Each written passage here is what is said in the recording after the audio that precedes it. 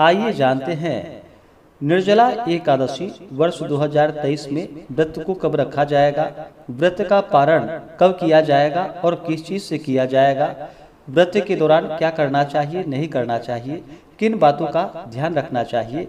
तो आइए जानते हैं इन सबों के बारे में। ज्येष्ठ माह के शुक्ल पक्ष में पड़ने वाली एकादशी को इसे निर्जला एकादशी के नाम से जाना जाता है।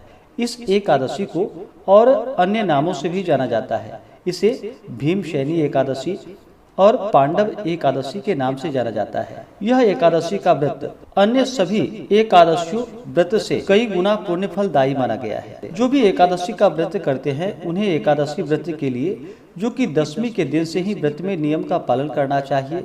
दशमी तिथि के दिन सूर्यास्त होने से पहले ही भोजन ग्रहण करना चाहिए। उसके बाद अपने दांतों को अच्छे तरह से साफ करके रात्रि ब्रह्मचर्य का पालन करते हुए एकादशी व्रत का स्मरण करते हुए सोना चाहिए। और जो भी निर्जला एकादशी का व्रत रखने वाले हैं वो एकादशी तिथि के दिन सुबह ब्रह्म मुहूर्त में उठ करके नित्य क्रियाओं से निवृत्त हो करके गंगा नदी में या घर के नहाने के पानी में ही थोड़ा सा गंगा जल मिला करके स्नान करना चाहिए। शुद्ध वस्त्र धारण करके व्रत का संकल्प लेना चाहिए। बिना संकल्प के व्रत अधूरा माना जाता है। तो भगवान विष्णु से प्रार्थना करनी चाहिए कि हे भगवान विष्णु, हे लक्ष्मी नारायण भगवान, आज मैं निर्जला एकादशी का व्रत रखने जा रहा हूँ या रखने जा रही हूँ। इस प्रकार से भगवान से प्रार्थना करें कि हमारे सभी प्रकार के दैहिक, दैविक और भौतिक पाप नष्ट हो जाए। आपके मन में जो भी इच्छा हो, जो भी कामना हो, वह प्रभु से कहें और कहे कि हे प्रभु, यह व्रत मेरा निर्विघ्न पूरा हो और हमें पुण्य फलों की प्राप्ति हो।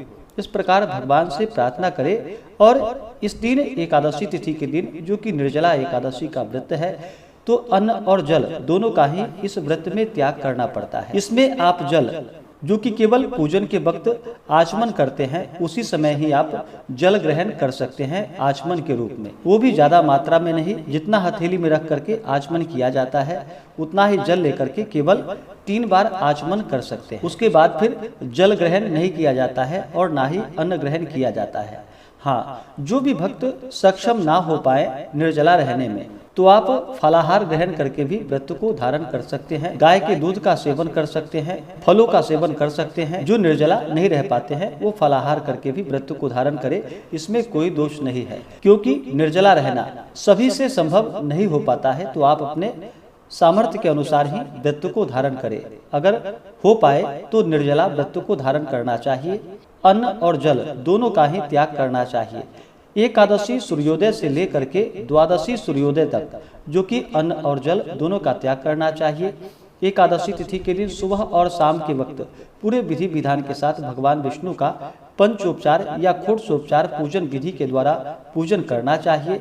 रात्रि में जागरण करते हुए समय को व्यतीत करना चाहिए। एकादशी व्रत में जागरण करने का बड़ा ही विशेष महत्व माना गया है, तो जहाँ तक हो सके एकादशी व्रत में जागरण करनी चाहिए। एकादशी तिथि के दिन विशेष प्रकार से जहाँ तक बन सके इस दिन दान पुण्यों का कार्य करना चाहिए। निर्जला एकादशी के व्रत में जो कि जल से भरा हुआ घड़ा दान करने का विशेष महत्व माना गया है। मीठे शरबत बना करके उसका दान करना चाहिए। जो भी आपसे जहाँ तक बन सके अन्न, वस्त्र, गौ, स्वर्ण आदि जो भी बन सके अवश्य ही दान पुण्यों का कार्य करना चाहिए। इस व्रत में भगवान विष्णु को जो कि विशेष करके ककरी का भोग लगाना चाहिए, आम का भोग भगवान को लगाना चाहिए, दूध से बने हुए वस्तुओं का भगवान को भोग लगाना चाहिए। और जब भी भोग लगाते हैं तो भगवान को तुलसी दल अर्पित करके ही तभी जाकर के भोग लगाना चाहिए। बिना तुलसी के भगवान उस पूजन को और नैवेद्य को स्वीकार नहीं करते हैं। तो जब भी आप भगवान को भोग लगाएं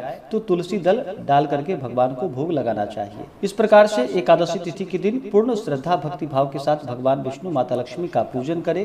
रात्रि जागरण करते हुए समय को व्यतीत करें और अगले दिन जाकर के द्वादशी तिथि के दिन सूर्योदय होने के बाद पारण समय के अनुसार व्रत का पारण करना चाहिए। एकादशी व्रत का जो पारणा किया जाता है वह हरिवासर समाप्त होने के बाद किया जाता है।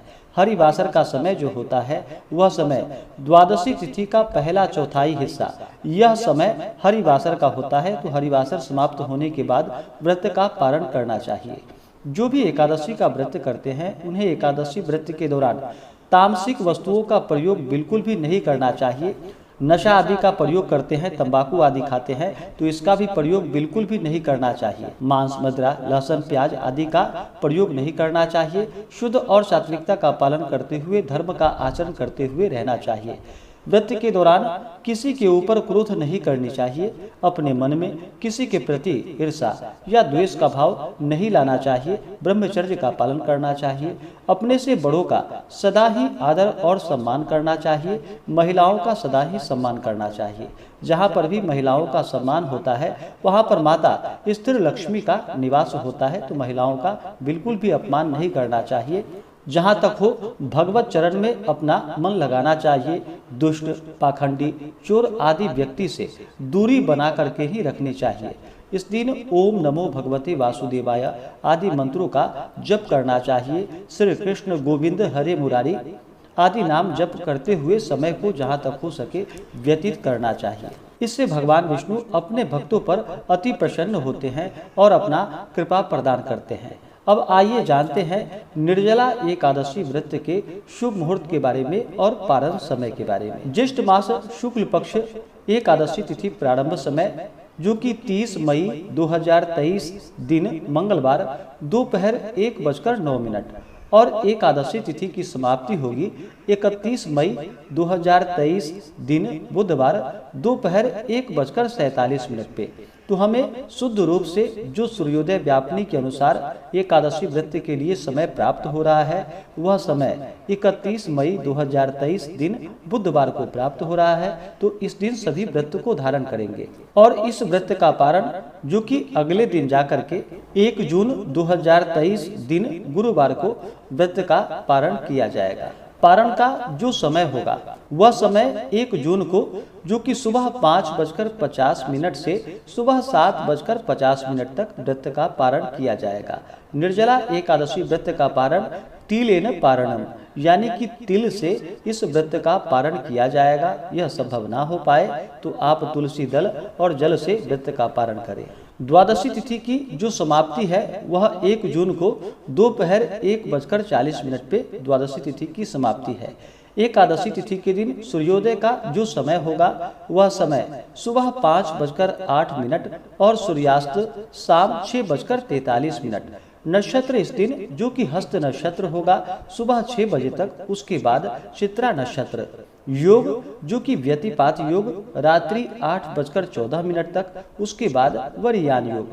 एकादशी तिथि के दिन 31 मई को जो कि राहु काल का समय होगा वह समय सुबह 11:55 से दोपहर 1:38 तक राहु काल का समय होगा। राहु काल समय के दौरान कोई भी शुभ कार्य, पूजन आदि का कार्य नहीं करना चाहिए या नया कार्य नहीं करना चाहिए, यह लाभप्रद नहीं होता है।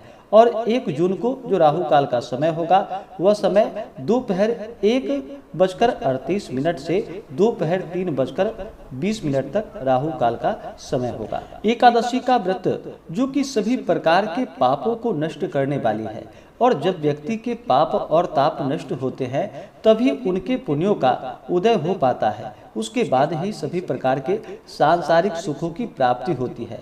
इस व्रत का फल तभी प्राप्त होता है जब आप व्रत में नियमों का पालन करते हैं, श्रद्धा भक्ति भाव के साथ भगवान का पूजन करते हैं। बिना श्रद्धा भक्ति भाव के साथ अगर किसी भी कार्य को किया जाए, व्रत के लिए मन में अश्रद्धा हो तो वह व्रत निष्फल ही माना जाता है। तो पूर्ण श्रद्धा भक्ति भाव के साथ और विश्वास के साथ ही व्रत को धारण करना चाहिए और अपना भगवत चरण में मन लगाना चाहिए।